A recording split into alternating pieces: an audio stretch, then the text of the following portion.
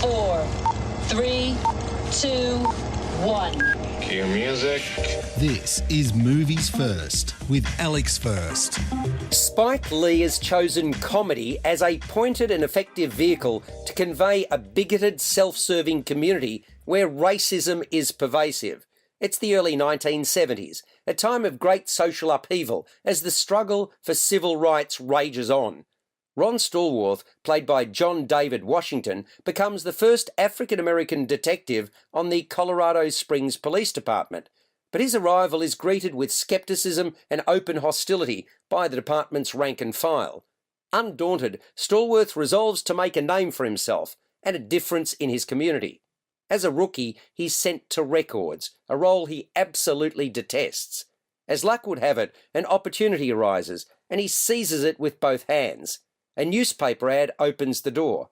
Posing as a racist extremist, Stallworth contacts the local head of the Ku Klux Klan and soon finds himself invited into its inner circle. He even cultivates a relationship with the Klan's Grand Wizard, David Duke, a role filled by Topher Grace, who praises Ron's commitment to the advancement of white America.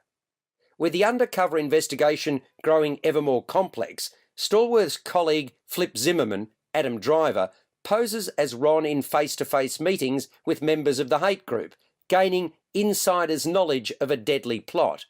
Together, Stallworth and Zimmerman team up to take down the organisation, whose real aim is to sanitise its violent rhetoric to appeal to the mainstream. You're listening to Movies First. For more, like us on Facebook and follow us on Twitter. Co-written and directed by Spike Lee, based upon a novel by Ron Stallworth, this is a film with attitude, if there ever was one, involving a series of strong personalities. It's indeed the strengths in the characters portrayed and their distinct personas that carry the day. John David Washington has charisma to burn and is well cast in the lead. Jasper Pekonen as Felix Hendrickson and Farron Salisbury as police officer Sparks are able to immediately generate hatred and disdain as a volatile member of the Klan and a highly offensive cop respectively, a pair of rednecks out for blood. Paul Walter Hauser too makes quite an impression as the mentally unstable, gung-ho Klan stalwart Ivanhoe. As Connie Hendrickson, Felix's devoted and deeply flawed-thinking wife, Ashley Atkinson is infectiously disturbing.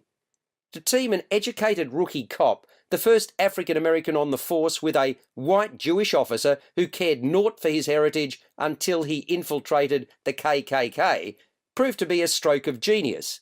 Bear in mind, this was a force far less sophisticated than it is today. BlacKkKlansman is distinguished by a series of close-up shots that help establish the deeply held passions of the protagonists.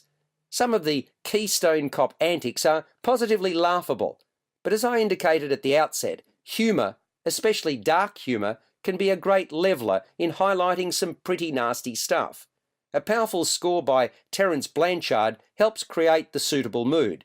My only slight reservation came from an elongated running time at 2.25 hours, which wasn't helped by a few extended speech scenes, compelling though some of the words spoken in them were. Unconventional but accessible, BlacKkKlansman scores a 7.5 out of 10. You've been listening to Movies First with Alex First. Subscribe to the full podcast at Audioboom, Stitcher and iTunes or your favourite podcast distributor. This has been another quality podcast production from Bytes.com.